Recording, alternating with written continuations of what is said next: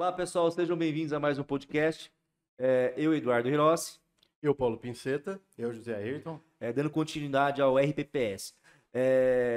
Doutor, quero fazer uma pergunta para você. Vamos lá. É legal isso, porque as pessoas não entendem, né? Quais os principais cargos de servidor que você mexer com a RPPS? Que é legal. Bom, lembrando que o RPPS só titular de cargo efetivo, né? Então a gente está excluindo aqui mandatos eletivos, cargos comissionados. Então, dentre esses cargos, a maior parte são servidores que a gente coloca servidores da regra geral. São servidores que não são professores, não são profissionais da saúde, não trabalham sob condições especiais. Então é aquele servidor que entrou no serviço público e está sempre na mesma função e vai se aposentar nessa função. É legal essa pergunta que eu te fazer.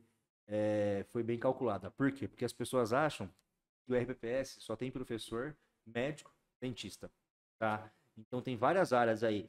Esquecemos o seguinte, ó, tem áreas de engenharia, RPPS. E mesmo esses servidores que não estão nas categorias que a gente coloca como separadas, eles podem trazer tempo do RGPS para o RPPS, eles podem sair do RPPS e ir para o RGPS, né? E o que mais talvez seja problema, entre aspas, né? São professores e profissionais de saúde, porque são cargos que podem ser acumulados. É verdade. Né? Então, por exemplo, a Constituição Federal ela veda a acumulação de cargos, acumulação remunerada de cargos. Com exceção dos professores, profissional de saúde. É do artigo 37 da Constituição. Exatamente. E um cargo técnico e um de professor. Isso também é possível acontecer. Então, muitas vezes, no regime próprio, tem um professor que tem 2 cargos de professor no mesmo regime. Ele vai ter 2 aposentadorias nesse regime. Sem prejuízo de uma terceira no RGPS, caso ele seja contribuinte. É difícil de acontecer isso, mas pode acontecer. Do mesmo modo, um médico, por exemplo, que tem um cargo especialista no município e também ele é plantonista no município. São 2 cargos diferentes, é como se fossem 2 pessoas diferentes. E a emenda constitucional agora, ela proíbe, né? Ter duas aposentadorias de RPPS extintos, né? Isso, Vedou, exatamente. mas aplicado ao artigo 37, que fala aqueles cargos acumuláveis. Que são legalmente acumuláveis. Então, assim, a pessoa tem um cargo, exemplo, um engenheiro, ele se ele é servidor público do município, ele é do estado, né? Ele vai ter que abrir mão. Ele vai ter que escolher o melhor para ele. Ele não pode ter duas aposentadorias do RPPS, né? Exato. Mais uma coisa para o servidor pensar na hora de se aposentar. Deixa uma dica aqui, que eu vejo muito o que dá atividade especial. As pessoas acham que é só médico, né? Geralmente, todo município, ele tem um departamento de asfalto, né? O estado também tem. Então, assim, tem muito servidor que trabalha exposto, né? A parte de petróleo, inalação, que trabalha com a usinagem, né? Usina, né? Usina que eles fazem como que chama? Usina de asfalto, né? Vou dar uma olhadinha nesses casos também, interessante. Esgoto também. Sim. Funcionário de esgoto. De departamento de água, normalmente trabalha nisso. Uma curiosidade, o operador do caminhão de piche, ele precisa fazer algumas intervenções em cima do caminhão, andar por cima ali, aquilo lá chega a incrível 170 graus. O cara, ele tem que estar ali pessoalmente, não tem como, porque ele tem que fazer algumas funções que só a pessoa humana consegue fazer mesmo. Exatamente. E ele está exposto a essa temperatura aí. Ruído, muitas vezes também. É o que a gente quer mostrar, que olha o campo, porque as pessoas acham assim, RPPS, eu vou lá e aposento. Também existem vários critérios do regime geral. Vão saber trabalhar esse nicho, né? Então é um nicho muito bom hoje. Eu falo assim, Previdência hoje é um nicho muito bom. Os melhores nichos que eu acho, assim, no direito, né? Porque, assim, é lógico, tem nicho que direito público também, mas eu falo assim, em relação à Previdência, é um nicho muito bom para trabalhar. Nós comentamos no podcast, um dos anteriores, essa questão do direito administrativo no direito previdenciário e do RPPS, que é uma coisa que acaba eles se juntam ali, né? Então, é interessante, por exemplo, a questão de professor, acumulação de cargos e a ideia de o tempo do professor, mesmo o tempo de regime geral, muitas vezes o professor utiliza no regime próprio. Teve uma pergunta aqui que saiu em uma das comunidades, né? Que dizia o seguinte, olha, o servidor vinculado ao RPPS, ele poderia ter sido vinculado ao RGPS mesmo como servidor público? Já aconteceu isso. É porque alguns regimes próprios surgiram, por exemplo, em 98, Aqui o nosso caso, nossa que é o cidade. caso da nossa Sim. cidade. Então, havia, por exemplo, professores que já eram professores antes de 98, contribuíram para o RGPS e passaram depois para o RPPS para se aposentar como professores no RPPS. O tempo dele de RGPS produziu efeitos funcionais para esse professor e muitas vezes esse tempo não pode ser usado depois no RGPS. RGPS. Né? Então isso também tem que ser uma questão que precisa de uma atenção, né? Porque o professor contou aquele tempo para Fins de vantagem. individuais dentro da carreira do magistério. Né? São vantagens funcionais do servidor. E outra coisa também, pelo princípio da filiação única, quando você pede uma CTC para levar no regime próprio, para ser certificado, período concomitante do mesmo regime, regime geral, o INSS averba a concomitância. Tá? Por isso que é Exato. bom a gente aplicar aquilo que a gente falou de atividade especial, ver se cabe enquadramento especial, para fugir. Porque de repente você nem precisa usar Nem isso. precisa usar, ele vai perder os 2 períodos. Tá? Exatamente, Eu vai falo ser um assim, só. tem que prestar um pouco atenção nisso.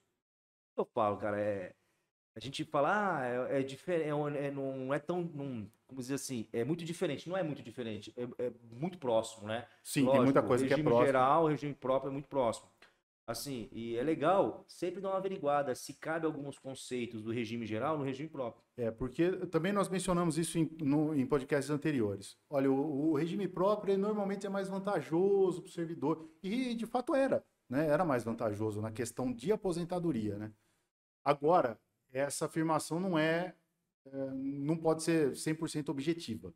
A gente tem que ver caso a caso mesmo, né? É difícil. E outra questão de vantagem de RPPS é a questão da administração do regime. O RGPS ele tem, não vou lembrar agora o nome da entidade, mas existe uma entidade representativa de aposentados, pensionistas, o Conselho Nacional de Previdência, se eu não me engano. Está na 8.213 isso. Que prevê a participação de quem é segurado, prevê a participação na administração do RGPS. No RPPS, essa administração ela é muito mais forte. Porque no RPPS existe uma obrigatoriedade do servidor participar da administração daquele regime, por meio dos conselhos de administração e dos conselhos fiscais. Então, o servidor público ele pode e deve participar da administração do regime dele. E outra coisa também, tem que tomar cuidado, porque por mais que seja assim, às vezes você vai analisar o caso concreto e ver que o benefício do segurado é melhor no regime geral.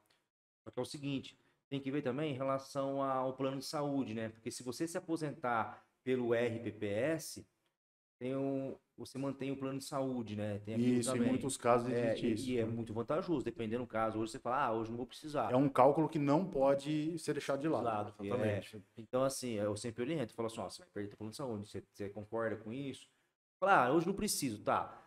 Só que hoje a gente sente no bolso, a gente que é assim, mais novo, a gente já paga plano de saúde caro. Uhum. Eu falo assim, e a tendência é ser mais caro ainda no futuro. Então Sim, tem que tomar muito verdade. cuidado com isso. Isso aí pode ser uma vantagem, tá? Exato. Então, na hora de exonerar, tem que pensar também nisso aí. Tem que pôr tudo na balança, né? Absolutamente tudo. E mais uma vez entra a orientação no profissional qualificado para você não se meter numa fria. Isso. A gente até citou o exemplo anteriormente também do servidor que optou por fazer uma aposentadoria no RGPS e acabou se prejudicando. Mas muitas vezes isso é o contrário, né? A gente já teve casos que a exoneração no cargo era muito vantajosa para o servidor. Então, de novo, o planejamento é importante, a decisão é óbvio que é do servidor, porque envolve você largar um emprego público, né? um cargo público. É uma decisão difícil, por isso que a gente sempre deixa o servidor à vontade para decidir isso, mas orientando em relação principalmente à questão de vantagens financeiras. Estou no meu caso, demorei 2 anos para sair do INSS. Não é uma decisão fácil. 2 anos. Olha o engraçado, minha mulher falou para mim assim, ó, toda vez que você pensar, você não vai sair. E um dia eu acordei, cara.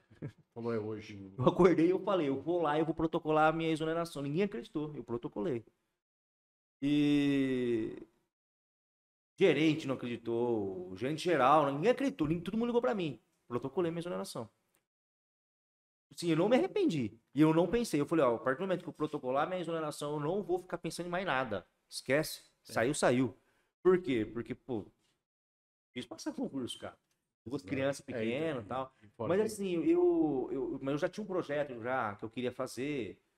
O projeto não era 100% esse, era outro projeto. Mas, graças a Deus, assim, é lógico, a gente passa os perrengues do caramba, né, cara? Mas graças a Deus tá dando bastante retorno. Inclusive, até próprio dando aula mesmo, assim, a gente evolui. E eu falo pra você, é engraçado, né? Eu estudava muito como servidor. Depois que eu saí, eu passei a estudar mais. E eu falo pra você, eu até brinco, eu até falei pro Dito Paulo, falei, Paulo, se hoje eu passasse no INSS, pensasse no curso passar no INSS, nossa, o conhecimento que eu tenho hoje, por incrível que pareça, fora do maior do INSS, que na época é muito do maior. concurso. Por quê? Porque quando você tá no INSS, você pensa só naquele. Dentro da caixa, Depois né? que você sai, você tem que saber o tanto que você tem que pensar como servidor e como previdencialista, né, cara? Você tem que pensar diferente. Então, assim, eu falo assim, hoje no conhecimento. Cara, eu leio, você pega aí as portarias, que saiu as novas portarias, e a normativa eu leio toda semana. Absurdo. Eu, como servidor. Sai bastante. Sai muito, muito. Sai bastante. Ó, o pessoal tá reclamando, nossa, tá acabando o tempo aí. Tá? Gente, muito obrigado. Muito obrigado de novo por você ter participado aqui. Obrigado. E vamos Muito fazer obrigado, uma live aí, gente. Faça pergunta, porque é em cima dessas perguntas que a gente vai montar a nossa live aí. Tá bom? Falou, gente. Obrigado. Até mais.